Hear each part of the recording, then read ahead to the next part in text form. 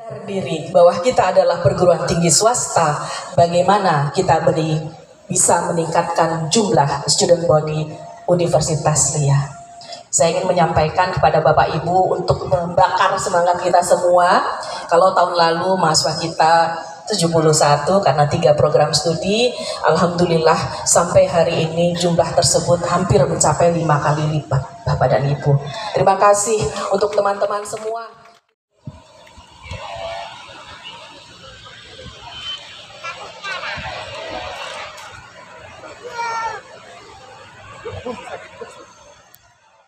Agama ke Nusantara. Tumpengnya tidak seperti muncung seperti ini, tetapi agak seperti bukit begitu ya. Nah, namanya tumpeng lingga. Kemudian ini dijadikan sebagai setiap pada upacara selamatan itu digunakan.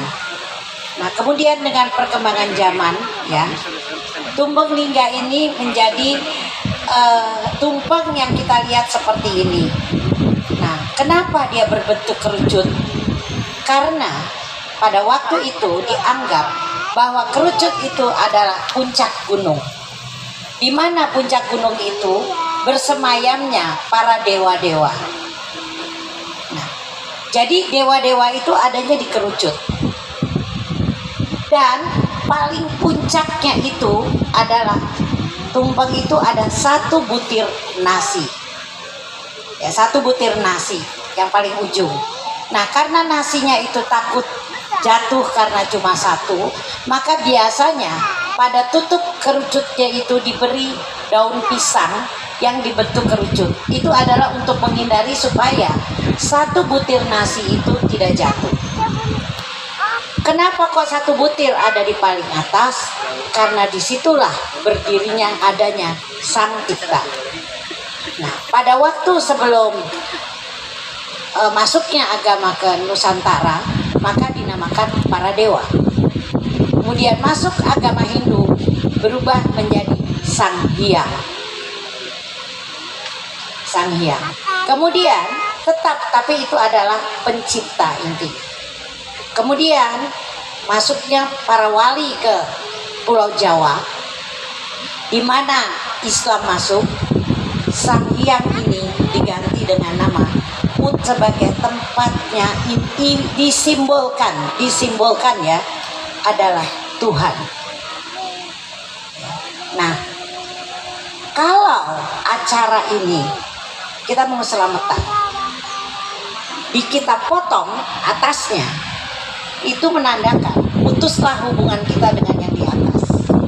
Doanya belum tersampaikan, selamatnya belum keselamatan doanya itu belum terjadi. Nah, maka sebetulnya orang masa lalu itu bukan dipotong tetapi dikeruk. Nah, sebentar Bu. Nah, ya, ketika kita mau mengeruk, ya maksudnya kenapa? Karena yang di atas itu adalah tadi yang maha kuasa. Rakyat adanya di bawah. Oleh karena itu, nasi yang paling besar adanya di bawah, nggak ada di puncak. Karena yang di atas itu hanya 1 tadi, 1 butir. Itu maknanya.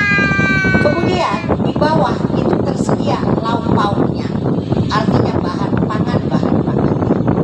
Nah, cara mengeruknya biasanya kalau besar itu semua maju ke depan. Karena walaupun di sini pejabat tertinggi, presiden ataupun apa adalah sama, berasal dari yang di bawah, tidak berasal dari yang 1 butir. Jadi ngeruk itu bersama. Kalau dia pestanya banyak, maka tumpengnya ada beberapa, karena nggak mungkin semuanya di depan.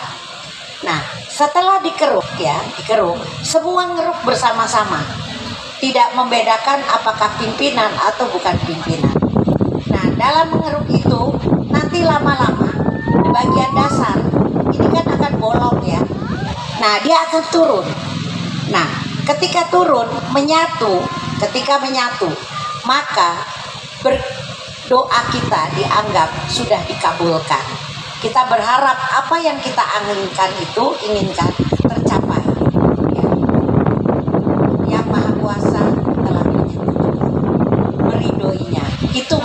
namanya. Nah, kenapa kok sekarang muncul? Kenapa kok tumpeng itu dipotong? Ini berangkat sebetulnya pada waktu yang lalu, masa era Soeharto, adalah kue tart sebelumnya.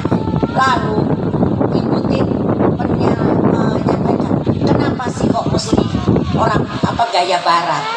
Kenapa kok tidak makanan Nusantara saja? Maka muncullah tumpeng. Ketika muncul tumpeng, hanya mengaplikasikan langsung. Kue tart dipotong, tumpeng ikut dipotong. Karena itu adanya di istana setiap tanggal 17, semua daerah mengikuti. Akhirnya sekian puluh tahun, paling tidak lah hampir 30 tahun ya, taruhlah itu sekitar 20 tahun itu berlangsung seperti itu, budayanya potong tumpeng. Nah sekarang sedang lagi dikembalikan lagi ke asalnya, yaitu kita mengeruk tumpeng. Mudah-mudahan dengan mengeruk tumpeng ini kita berdoa Yayasan Lia, dalam hal ini Universitas Lia, terrealisasi apa yang diinginkan, yang diharapkan, dan terus berkembang. Amin. Demikian.